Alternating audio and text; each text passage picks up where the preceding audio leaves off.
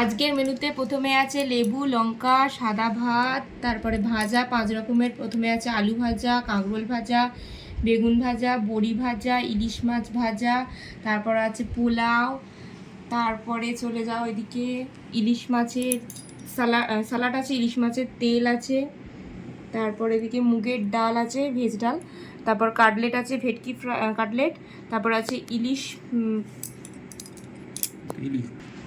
ইলিশ মাছের ভাপা, তারপরে আছে চিংড়ি মাছের মালাইকারি, তারপর আছে পাবদার তেল ঝাল, তারপর আছে পমফ্রেট মাছ,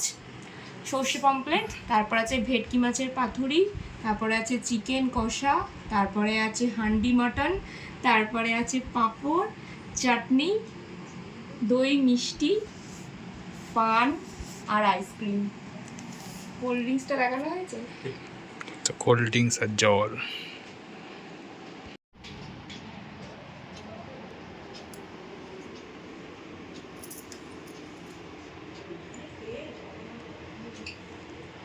দেখো